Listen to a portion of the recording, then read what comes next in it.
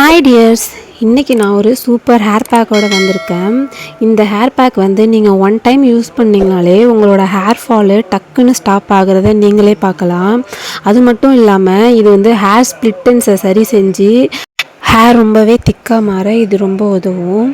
சில பேருக்கு வந்து ஹேர் பேக் ஒத்துக்காது, உடம்பு வந்து ரொம்ப கூலிங்காக இருக்கலாம். அப்படி இல்லைன்னா சைனஸ் இஷ்யூ கூட இருக்கலாம். அவங்களாம் என்ன பண்ணுறீங்கன்னா, எந்த இன்க்ரீடியன்ட்ஸ் யூஸ் பண்ணாலும் இந்த மாதிரி ஹேர் பேக்காக யூஸ் பண்ணாமல் அதை ஒன் டைம் கிரைண்ட் பண்ணி கோகோனட் ஆயிலில் போட்டு பாயில் பண்ணி ஃபில்ட்ரு பண்ணி அதுக்கப்புறம் நீங்கள் அதை ஆயிலாகவே யூஸ் பண்ணுங்கள். அதுதான் கரெக்டாக இருக்கும்.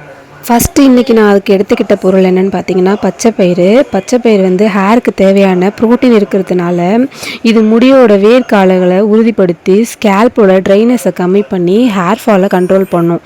ஹேர் திக்காக மாற ரொம்பவே யூஸ்ஃபுல்லாக இருக்கும். ரெண்டாவதாக நான் கோகோனட் எடுத்துக்கிறேன். கோகோனட் வந்து ஹேரை அடர்த்தியாகவும் நீளமாகவும் வளர உதவும். தேங்காயில் வந்து விட்டமின் இ, சி இருக்கிறதுனால இது ஹேர் ஸ்ப்ளிட்டன்ஸை சரி செய்கிறதோட மட்டும் இல்லாமல் ஹேரை ஸ்ட்ராங்காக மாற்றி முடியை வந்து பளபளப்பாக வச்சுக்கிறதுக்கு இது உதவும். நான் வந்து டைம் இல்லாததுனால கோகோனட்டை டைரெக்டாக அப்படியே போட்டு அதை யூஸ் பண்ணுறேன். நீங்கள் வந்து டைம் இருந்துச்சுன்னா கோகோனட் மில்கை தனியாக எடுத்து அதுக்கப்புறம் வந்து பச்சை பயிரோடு சேர்த்து இது கிரைண்ட் பண்ணி எடுத்துக்கோங்க.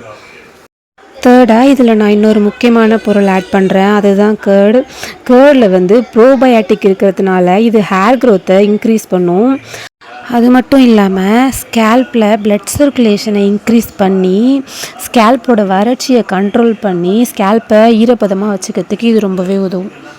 நாம் எப்போ ஹேர் பேக் அப்ளை பண்ணாலும் அதுக்கு முன்னாடி தலையிலையும் முடியிலையும் கோகோனட் ஆயிலை வச்சு நல்லா சிக்கு உடைச்சி அதுக்கப்புறம் தான் நம்ம ஹேர் பேக் யூஸ் பண்ணணும்.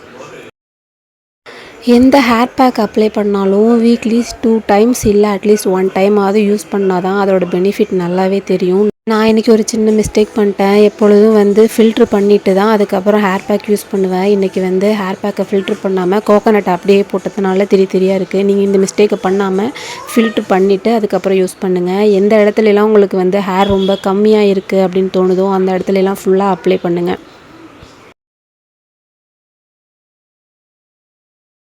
இப்போது நான் என்னோடய ஸ்கேல்பில் எல்லா இடத்துலையும் அப்ளை பண்ணிவிட்டு ஹேரில் நுனி வரைக்கும் அப்ளை பண்ணுறேன். அப்படி அப்ளை பண்ணால் தான் அதோடய பெனிஃபிட் நம்மளுக்கு நல்லாவே தெரியும்.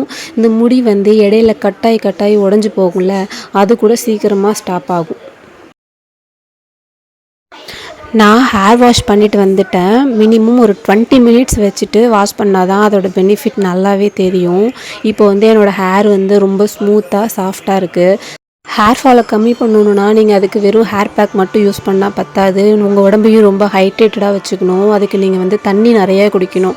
எனக்குமே ஹேர் ஃபால் ப்ராப்ளம் நிறையவே இருந்தது. 2 குழந்தைங்க பிறந்ததுக்கப்புறம் பிசிஓடி ப்ராப்ளம் அது இதுன்ட்டு நிறைய ப்ராப்ளம்னால எனக்குமே ஹேர் ஃபால் ஆச்சு. இந்த ஹேர் பேக்லாம் யூஸ் பண்ணி தான் நிஜமாக எனக்குமே ஹேர் ஃபால் கண்ட்ரோல் ஆனிச்சு. நீங்களும் வீக்லி 2 டைம்ஸ் யூஸ் பண்ணுங்கள். உங்களுக்கும் கண்டிப்பாக நல்ல ரிசல்ட்டு தெரியும்.